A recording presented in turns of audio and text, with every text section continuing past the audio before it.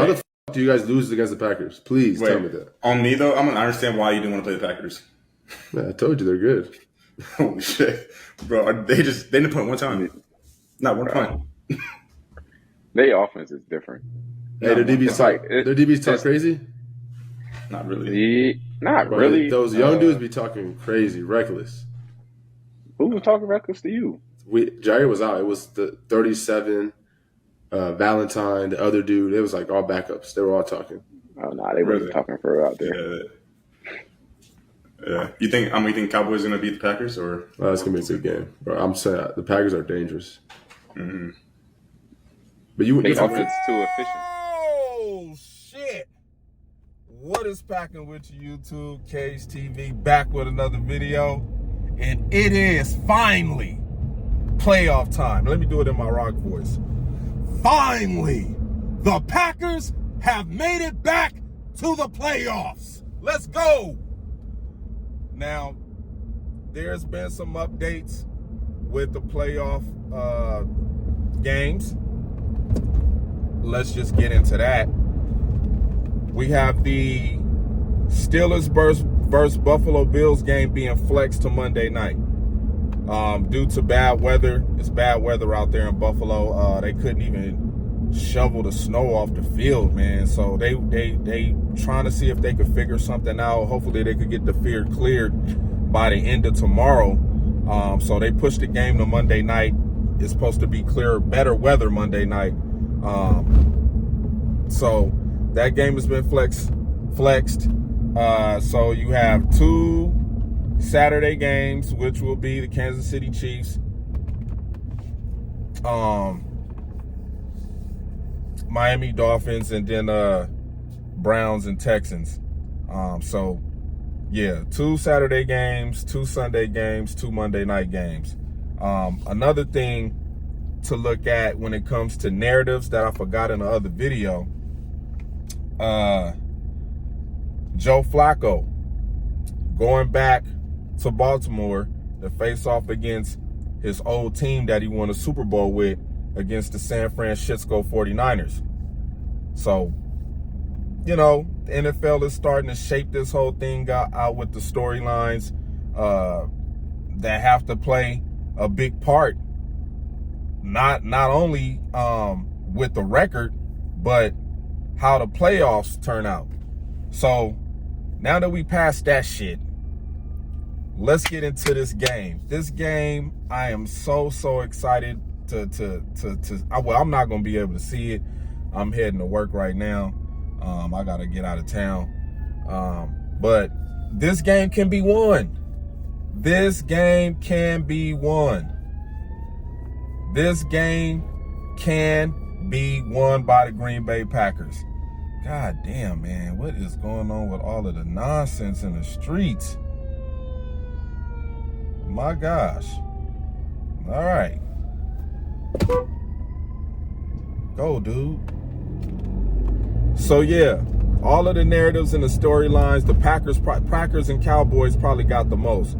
You know what I mean? Just the history of Aaron Rodgers and Tony Romo, and, you know, Dak Prescott and Aaron Rodgers, Jason Garrett, Wade Phillips, just all of these, the history behind the Packers and the Cowboys. Of course, you know, the Green Bay Packers have been whipping that ass for quite some time, and it's been one of the greatest pleasures to see as a football fan, especially if you're a fan base don't like the Dallas Cowboys.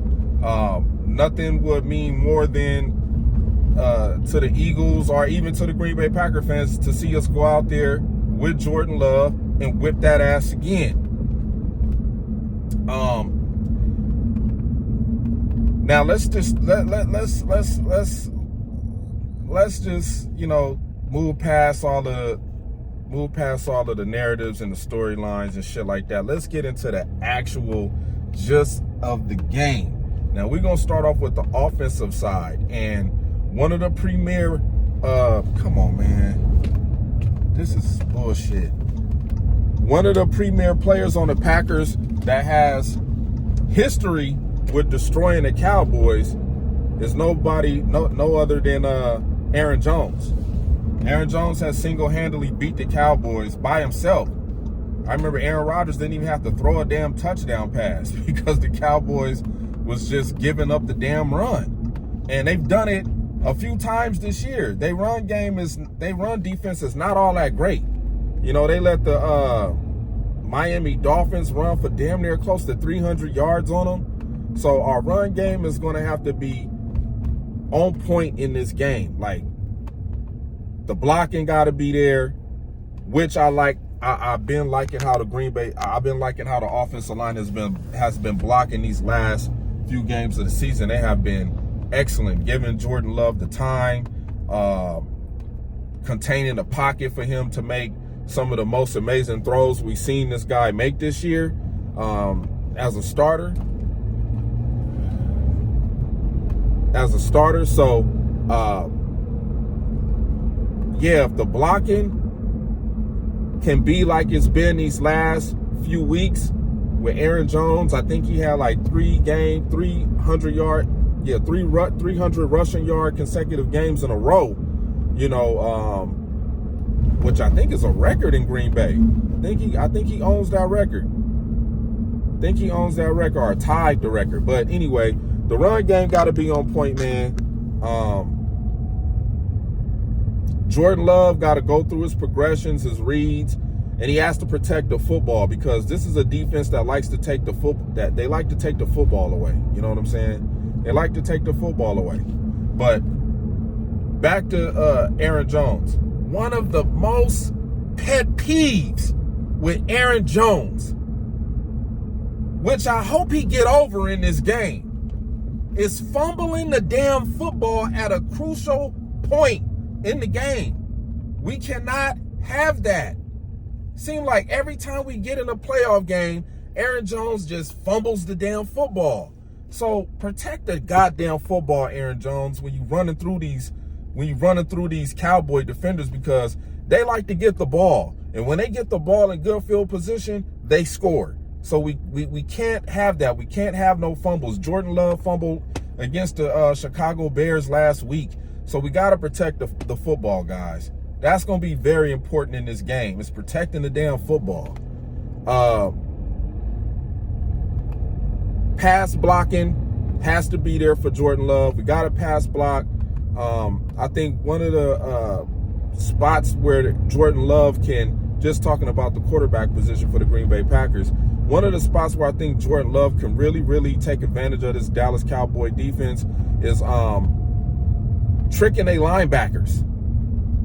Matt LaFleur scheming up the tight end and Wicks and Reed to get past their linebackers. Bo Melton to get past their linebackers. Now that's another advantage that the Green Bay Packers have, is this young wide receiver core that the Cowboys don't know who's going to be the go-to guy. See, the Cowboys got a go-to guy. CeeDee Lamb, Cooks, you know, they got guys that we know we gotta guard. When it come to us and our wide receivers, who you gonna guard? You're gonna have to play man. You're gonna have to play man defense. Now, we'll get to Dallas defense. We'll get to that. Now, Matt LaFleur gonna have to scheme up a great offensive game plan, because this is not only gonna be a battle against the players, this is also gonna be a battle of the minds between the coaches. So Matt LaFleur is going to have to draw up a great game plan, a great script for Jordan Love to not make mistakes, but also make plays, make plays down the field, run the ball well, you know what I'm saying? And I think another advantage for us is these young tight ends we got. Like I said, we probably got two of the best 4 tight ends in the draft this past draft. And I don't have to go through the names because all 4 of them are in the playoffs. Tucker Kraft, Luke Musgrave, Dalton Kincaid, and Sam Laporta. Those are the top tight ends in the draft. That's in the playoffs. So if we could stretch the field on a linebackers mixed up with our quick twitch receivers, I think we can create a great game plan and a scheme to beat this defense. We can beat this defense. This defense has been beaten. You're talking about a team that struggles with teams that has an over 500 record. They only beat 500 or below 500 teams this year. I mean, they lost to the Cardinals. They got ran through by the Miami Dolphins. So nobody is scared of the Dallas Cowboys. If anything, the Dallas Cowboys are nervous playing against the Packers because they don't know what to expect from Jordan Love. I mean, this game has all implications and signs of showing an upset in Dallas. They haven't lost at home. What's the other thing? Yeah, the Packers are 5-0 in Dallas. It's like a whole bunch of shit, man. It's a whole bunch of scenarios where the Cowboys can possibly be upset. You know what I'm saying? They the first game of the day, first game on Sunday.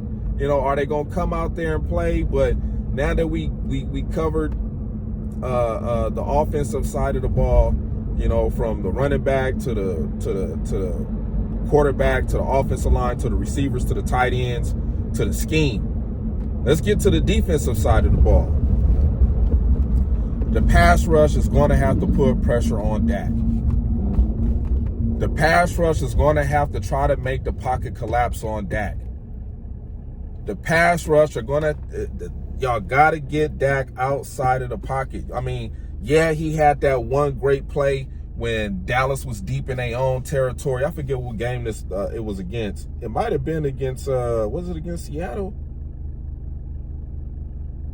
I forget who it was against, man. I think it was against where CeeDee Lamb caught that 92-yard bomb down the field. Dak damn near, it was against the Lions. It should have been a safety, but the defender missed the opportunity of getting the safety, and Dak basically stumbled out of the backfield and threw a prayer, and God answered his call, and CeeDee Lamb scored that touchdown.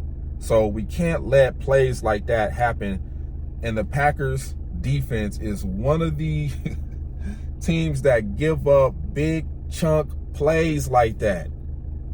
They give up big plays like that on this defense. Now, I hope Jair can play. I thought we would hear some news from Eric Stokes. I guess he's not going to be playing this week, but you know, it'd be good if we had Jair out there in the mix somehow, helping anchor this secondary. So yeah, man, we got to be careful about that, man. We can't let Dak Prescott make plays that should be negatives. You know what I'm saying? We can't give up big chunk plays like that. Now, if we can contain CeeDee Lamb and somehow keep Tony Pollard in control, because I'm thinking Mike McCarthy gonna try to throw a lot of screen plays against the Packers. That's the thing I'm thinking he gonna try to do. I think he's gonna try to use Tony Pollard in a lot of screens. Of course, they're gonna try to run the ball. You know what I'm saying? Everybody gonna try to run the ball against the Packers. And sometimes, you know, Mike McCarthy doesn't stick with running the ball. He'll just try to pass the ball all damn game. And one of the things with this defense, the Packers defense, is that we didn't get a lot of takeaways this year. We didn't get a lot of interceptions this year. It started off pretty good with taking the ball away, but as the season went through, we just didn't get a lot of takeaways. This is a huge game for Joe Barry, man. Like, this game is so big for Joe Barry. You know, his job is on the line. So, you know, if he want to keep his job, man, if you go out there and you shut down this Dallas offense, man, shut down CeeDee Lamb, shut down Cooks and Gallup and Turpin and all them other guys they got, man, I don't know what Matt LaFleur gonna do. It's gonna be a tough decision that's gonna be have to be made. in the offseason. So if I'm Joe Barry, man, I'm leaving no stone unturned to figure out how to stop this damn Cowboys offense, man. So Joe Barry got his work cut out for him, but once again, we need this pass rush to put pressure on Dak. It's very important that this pass rush puts pressure on Dak. And we've seen this pass rush get 5 sacks against Justin Fields, but then again, it's against a much inferior team like the Chicago Bears. You know,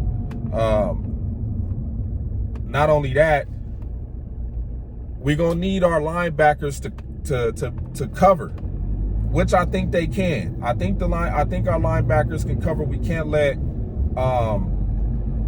I forget they tight end name, man. I forget they tight end name. The Dallas Cowboys tight end. Somebody could drop it in the comment.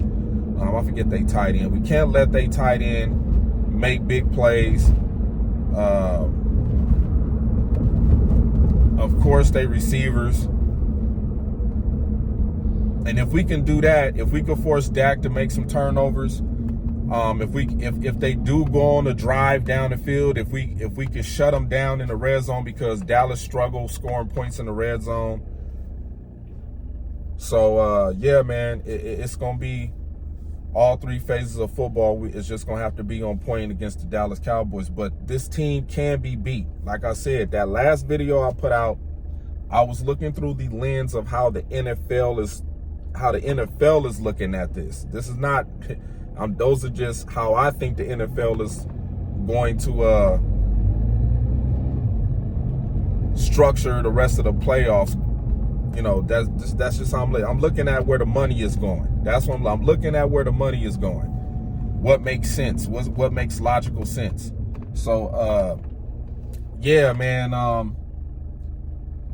The Packers got to go out there and do their job. I'm betting on the Packers to win.